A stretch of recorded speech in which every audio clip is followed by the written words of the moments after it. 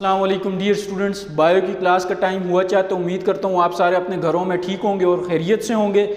आज lecture number 13 है बच्चे, यूनिट नंबर 1 है हमारे पास। और आज जो टॉपिक हम लोग डिस्कस करेंगे वो लास्ट 2 रिस्पिरेटरी डिसऑर्डर करेंगे। आपको पता है कि रिस्पिरेटरी डिसऑर्डर कोई भी अगर आएगा तो वो in the form of short question आएगा, और किसी भी शॉर्ट क्वेश्चन के कितने मार्क्स होते हैं आपके पास? 4 मार्क्स होते हैं। तो पिछले लेक्चर में और उससे पिछले लेक्चर में भी मैंने आपको बताया है कि हम लोग अपने 4 मार्क्स कैसे हासिल करेंगे, जब हम लोग इनको 4 हेडिंग्स की फॉर्म में लिखेंगे। कल ग्रुप में बहुत सारे बच्चों ने अपना काम भेजे, तो मैं अप्रिशिएट करूंगा उन बच्चों को जिन्होंने भेजे। जिन्होंने नहीं भेजा कोशिश करें वो भी भेज दें, और उनका जो काम था वो अकॉर्डिंग टू प्रेजेंटेशन मेथड था। तो ये बहुत खुशी हुई है देख के कि बच्चे सीख रहे हैं। अब बच्चे हम लोग जो 2 रिस्पिरेटरी लास्ट डिसऑर्डर डिस्कस करेंगे, जो पहला है वो है हमारे पास एस्थमा। एस्थमा किसको कहते हैं बच्चे? दमे को। किसको कहते हैं हम लोग? दमे को। अकॉर्डिंग टू रिसर्च के मुताबिक मई 2020 के अंदर पाकिस्तान के अंदर जो रिपोर्ट पेश की गई मई 2020, इसके मुताबिक पाकिस्तान में 2.1 मिलियन एक्टिव पेशेंट हैं इसके। ये बच्चे मैं आपको जर्नल इंफॉर्मेशन दे रहा हूँ, आपकी बुक में नहीं है, आपकी नोट्स में नहीं है, इसलिए दिए कि बच्चों को पता होना चाहिए कि एस्थमा है क्या चीज़। तो according to the latest research in May 2020 there are 2.1 million active patient of asthma in Pakistan. तो इसका मतलब है 21 लाख लोग इस टाइम पाकिस्तान के अंदर एक्टिव पेशेंट हैं इस बीमारी के, जिसको हम लोग एस्थमा ये क्या कहते हैं? दमा। अब इसको डिफाइन कैसे करेंगे? शॉर्ट क्वेश्चन है बच्चे, तो 4 हेडिंग्स। तो पहली हेडिंग हमेशा कौन सी होगी आपके पास? डेफिनेशन। क्या डेफिनेशन होगी? द इन्फ्लेमेशन और swelling in the wall of bronchi और ब्रोंक्यूल्स।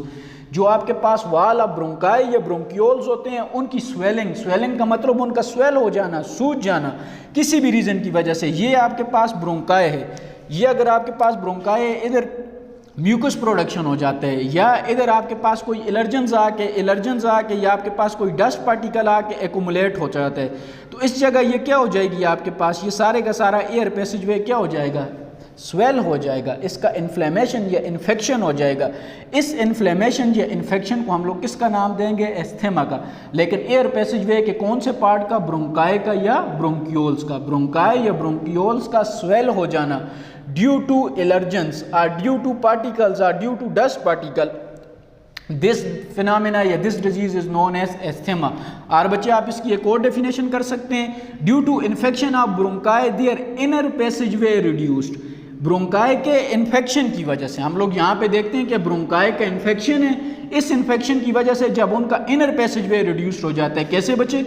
ये लेट्स सपोज आपके पास ब्रोंकाई का इनर पैसेजवे है। इनर पैसेजवे से मुराद इधर से एयर जाती है, ये बिल्कुल नॉर्मल ब्रोंकाई है, एयर की स्टॉपेज किसी जगह पे भी नहीं होती।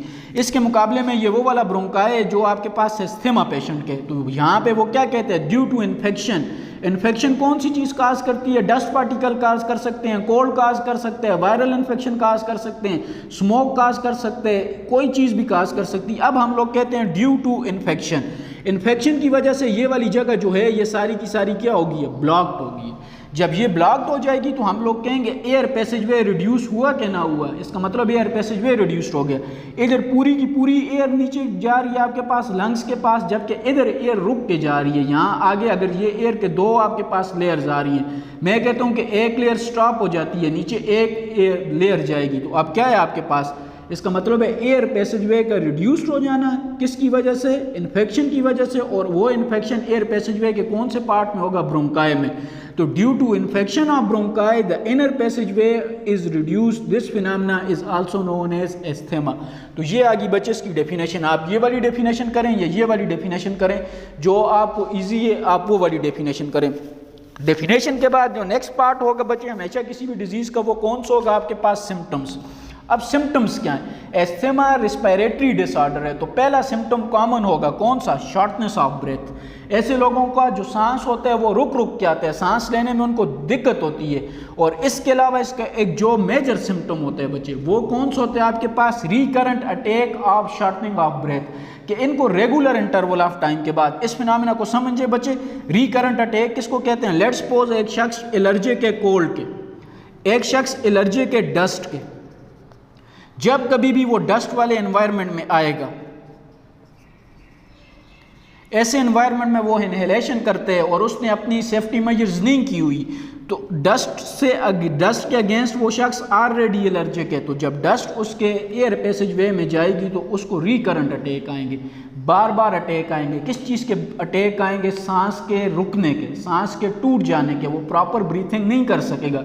तो ये हम लोग कहते हैं कि मेजर सिम्टम है। कौन सा मेजर सिम्टम है बच्चे आपके पास? The recurrent attack of shortening of breath. Shortening of breath का मतलब क्या है आपके पास? कि जो शख्स जिसके अगेंस्ट एलर्जिक है, आगे मैं आपको बताऊंगा काजेज में कौन कौन सी चीज़ काज करती है, ये आपके पास एस्थमा। तो जो शख्स जिसके अगेंस्ट एलर्जिक होगा, जब वो उस कंडीशन या उस एनवायरनमेंट में जाएगा तो रेगुलर इंटरवल ऑफ टाइम के बाद उसका सांस की जो डोर है वो टूटेगी, उसको सांस लेने में दिक्कत होगी। हम लोग कहेंगे ये मेजर सिम्टम है आपके पास किस चीज़ का? एस्थमा का। इसके अलावा एक सिम्टम और भी है बच्चे आपके पास, कफिंग। इसके अलावा चेस्ट टाइटनेस, जब रिस्पायरेटरी डिसऑर्डर है तो सांस लेने में दिक्कत होगी तो सीने में ये हम लोग कहेंगे चेस्ट टाइटनेस होगी। इसके अलावा बच्चे एक सिम्टम और होता है वीजिंग का। वीजिंग किसको कहते हैं? ऐसा शख्स जब सांस लेते हैं तो हमें सुनाई देते हैं कि ये विस्लिंग प्रोड्यूस कर रहे, सांस ड्यूरिंग ब्रेथ, सांस लेते हुए उसकी विस्लिंग की साउंड प्रोड्यूस होगी। इसका एक आपके पास सिम्टम ये भी होते हैं। तो कितने सिम्टम्स हम लोगों ने डिस्कस किए बच्चे? 5। कौन कौन से? पहला सिम्टम है shortening of breath, common symptom है आर रेस्पिरेटरी डिसऑर्डर्स का। What is a major symptom of asthma? The recurrent attack of shortening of breath. Recurrent attack होते हैं, किस वजह से होते हैं? जो शख्स जिस चीज़ के अगेंस्ट एलर्जिक होगा, जब वो ऐसे एनवायरनमेंट में जाएगा तो उसका सांस लेने में दिक्कत होगी, तो हम लोग कहेंगे ये मेजर सिम्टम है। कफिंग है, चेस्ट टाइटनेस है, इसके अलावा वीजिंग है। What do you mean by wheezing? कि ऐसा शख्स सांस लेते हुए विस्लिंग की साउंड प्रोड्यूस करेगा। कॉजेज, अब बच्चे कॉमन काज क्या है? एलर्जेंस। अब एस्थमा के काजेज क्या होते हैं? डिफरेंट काजेज होते हैं, उन काजेज को हम लोग कहते हैं बच्चे एलर्जेंस। अब एलर्जन से मुराद क्या चीज़ है? एलर्जन से मुराद वो वाले पार्टिकल्स हैं जो एलर्जी काज करते हैं। लेट्स सपोज मैं डस्ट का एलर्जिक हूँ, आप बच्चे जो घर में बैठे हुए आप में से कोई स्मोक का आपके पास एलर्जिक होगा, कोई पोलन का होगा आपके पास, कोई केमिकल को होगा, कोई कोल्ड को होगा। तो हम में से कोई भी अगर ऐसे एनवायरनमेंट में जाएंगे तो पहला जो हमें मेजर सिम्टम शो होगा एस्थमा का, वो क्या होगा? कि हमारा सांस लेने में दिक्कत होगी, हमारा सांस प्रॉपर नहीं होगा। तो हम लोग कहेंगे ये किस चीज़ के सिम्टम है आपके पास? एस्थमा के। तो काजेस क्या हैं बच्चे? कॉमन काज इसका एलर्जेंस हैं। अब एलर्जेंस क्या होते हैं? सबसे पहले आपके पास एलर्जेंस की डेफिनेशन होनी चाहिए। Allergens are the those particle that causes the allergy. ये वो वाले पार्टिकल्स होते हैं जो आपके पास क्या चीज़ काज करते हैं? एलर्जी। अब इसकी मैंने 4 फॉर्म्स बना दी आगे। कोल्ड, लेट्स सपोज एक शख्स है वो ठंड के अगेंस्ट एलर्जिक है, जैसे भी वो ठंड में जाएगा उसको सांस लेने में दिक्कत होगी, हम लोग कहेंगे कि ये एस्थमा का पेशेंट है। एक शख्स आपके पास डस्ट के अगेंस्ट एलर्जिक है, जब वो डस्ट वाली कंडीशन में जाएगा तो हम लोग कहेंगे, गर्द वाली कंडीशन में जाएगा सांस लेने में दिक्कत होगी, हम लोग कहेंगे एस्थमा का पेशेंट है। स्मोक, धुआं, किसी किस्म का भी धुआं हो, चाहे ऑटोमोबाइल्स धुआं हो आपके पास, सिगरेट स्मोक हो, इंडस्ट्रियल स्मोक हो आपके पास, ये इवन घरों के अंदर जब हम लोग वो देही इलाकों में या हमारे विलेजेस के अंदर जो गोबर जलाते हैं हम लोग बायोगैस प्रोडक्शन के लिए, वो वाला धुआं हो, ऐसे शख्स को जब धुआं वाले एनवायरनमेंट में जाएगा उसको सांस लेने में दिक्कत होगी, हम लोग कहेंगे ये भी एस्थमा का पेशेंट है। केमिकल्स बचे, बहुत सारे लोग ऐसे होते हैं जो केमिकल के अगेंस्ट एलर्जिक होते हैं। क्या मतलब केमिकल्स के अगेंस्ट एलर्जिक होते हैं? हम लोग अगर परफ्यूम लगाते हैं, बॉडी स्प्रे लगाते हैं, तो हम लोग जब अगर पब्लिक प्लेस में जाते हैं तो बहुत सारे लोग ऐसे होते हैं जो कहते हैं यार मैं इसके अगेंस्ट एलर्जिक हूँ, आप ज़रा साइड पे हो जाएं। क्या मतलब इसके अगेंस्ट एलर्जिक के? ये वाले केमिकल्स जब वो इन्वायरमेंट में इनकी तो प्रोसेस ऑफ डाइफ्यूजन से इनके पार्टिकल्स मूव करते हैं, जब वो वाला शख्स इनको इनहेल करेगा तो ये वाले पार्टिकल जाके उसके क्या करेंगे? एयर पैसेज वे में जो ब्रोंकाई है उसके इनर पार्ट को रिड्यूस करेंगे, ऐसे शख्स को सांस लेने में दिक्कत होगी, हम लोग कहेंगे ये किसका पेशेंट है? आपके पास एस्थमा का पेशेंट है।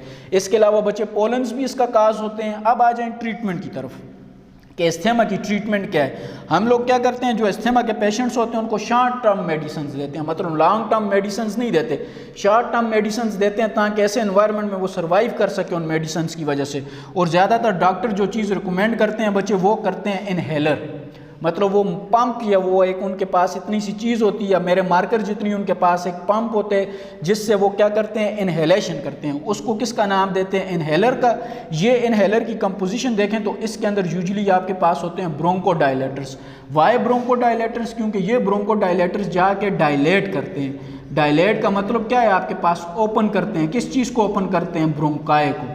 जब ब्रोंकाई को ओपन करेंगे तो एयर पैसेजवे नॉर्मल होगी। जब एयर पैसेजवे नॉर्मल होगी तो ऐसे शख्स की हम लोग कहेंगे कि कुछ टाइम के लिए ट्रीटमेंट हो जाती है किसके अगेंस्ट, अकॉर्डिंग टू या अकॉर्डिंग टू एलर्जेंस के अगेंस्ट। क्लियर बच्चे?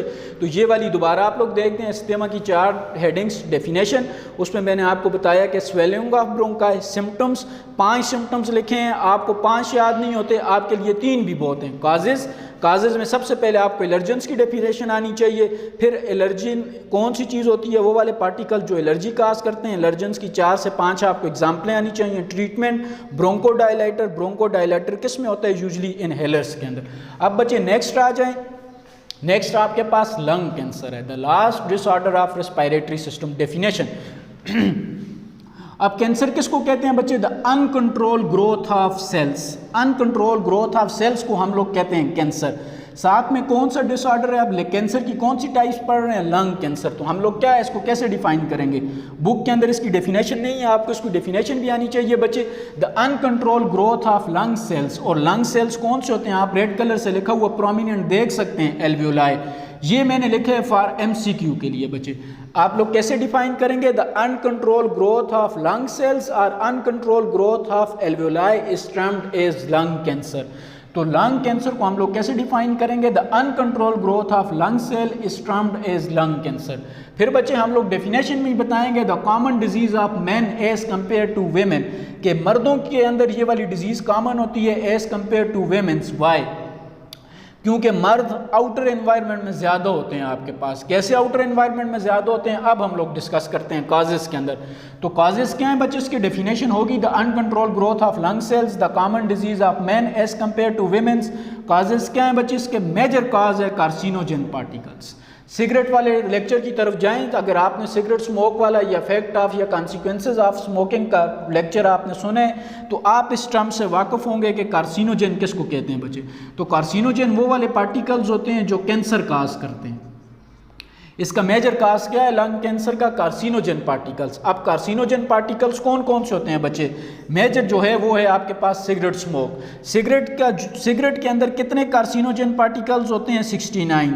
इफेक्ट ऑफ स्मोकिंग के टॉपिक में भी मैंने आपको बताया था, दोबारा बता रहा हूँ, औरतों के मुकाबले में मर्द ज़्यादा स्मोकिंग करते हैं। That's why the common disease of man is a lung cancer. क्यों, काज की तरफ आएँ तो काज क्या है आपके पास, सिगरेट स्मोक। और सिगरेट स्मोक के अंदर कितने पार्टिकल्स होते हैं, 69। इसके अलावा बचे इंडस्ट्रियल स्मोक।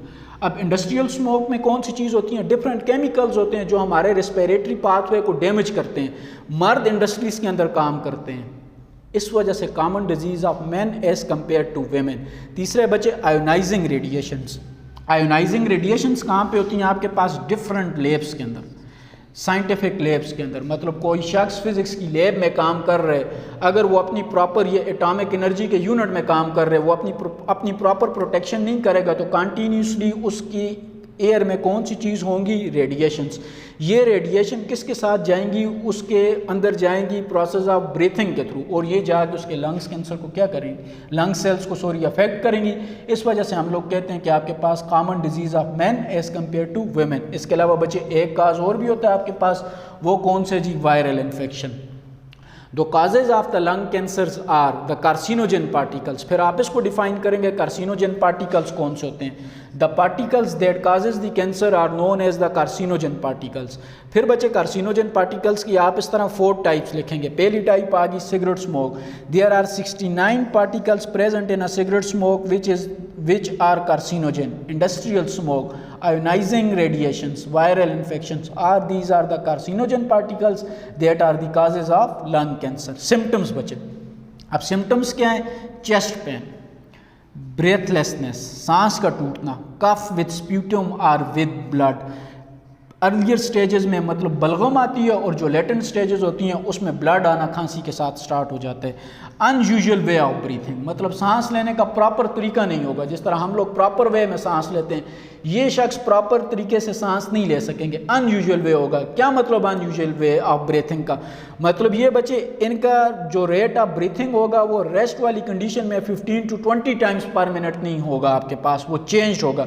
इसके अलावा क्या है बच्चे, change in a chest pain pattern. Indicator हैं। उनके चेस्ट के अंदर जो पेन होगा, ये पहला सिम्टम, इसका पैटर्न चेंज होगा। कभी उनको राइट साइड पे पेन होगा, कभी लेफ्ट साइड पे पेन होगा, कभी उनको चेस्ट के अपर रीजन में पेन होगा, कभी लोअर रीजन में पेन होगा। ये पेन एक जगह पे नहीं होगा। चेस्ट पेन जो है इसकी पोजीशन कांस्टेंट नहीं होगी, ये चेंज होती रहेगी। क्लियर बच्चे? सिम्टम्स भी। लास्ट हेडिंग आ गई ट्रीटमेंट। अब बच्चे ट्रीटमेंट क्या है? कैंसर कभी भी अर्ली स्टेजेस में डायग्नोज नहीं होता। कैंसर हमेशा लेटेंट स्टेजेस में डायग्नोज होते हैं। अगर अर्ली स्टेजेस में कैंसर डायग्नोज हो गया तो उसकी ट्रीटमेंट होती है कीमोथेरेपी। कीमोथेरेपी का मतलब क्या होता है आपके पास? With medicines. तो हम लोग कहेंगे लंग कैंसर की ट्रीटमेंट होती है 3 तरह की। या तो होगी आपके पास कीमोथेरेपी, या तो होगी आपके पास रेडियोथेरेपी, या तो होगी आपके पास सर्जरी। रेडियोथेरेपी का मतलब क्या है कि आपके पास ट्रीटमेंट विद रेज। अब रेज में कौन सी चीज़ आती है आपके पास? UV rays, X rays. जो डैमेज सेल्स होते हैं आपके पास, उनको यूवी रेज से ख़त्म करना और उनको किस से ख़त्म करना? एक्स रेज से ख़त्म करना। रेडियोथेरेपी, कीमोथेरेपी और लास्ट जो होती है वो होता है सर्जरी के डैमेज पार्ट को, बिल्कुल कैंसर वाले पार्ट को कट कर दें। इस फिनोमेना को, या इस ट्रीटमेंट को हम लोग किसका नाम देंगे? सर्जरी।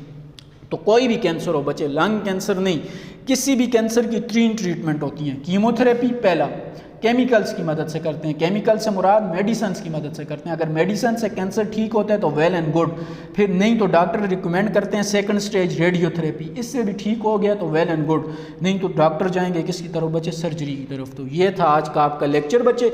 आपका होमवर्क क्या है? आप लोग लंग कैंसर के टॉपिक को करेंगे इस तरह ही, बिल्कुल प्रॉपर 4 हेडिंग्स की फॉर्म में, और जो ग्रुप्स बने हुए हैं उसमें शेयर करेंगे। कल इंशाल्लाह आपके पास आएंगे एक नए लेक्चर के साथ। तब तक अपना ख्याल रखिएगा। अल्लाह हाफ़िज़।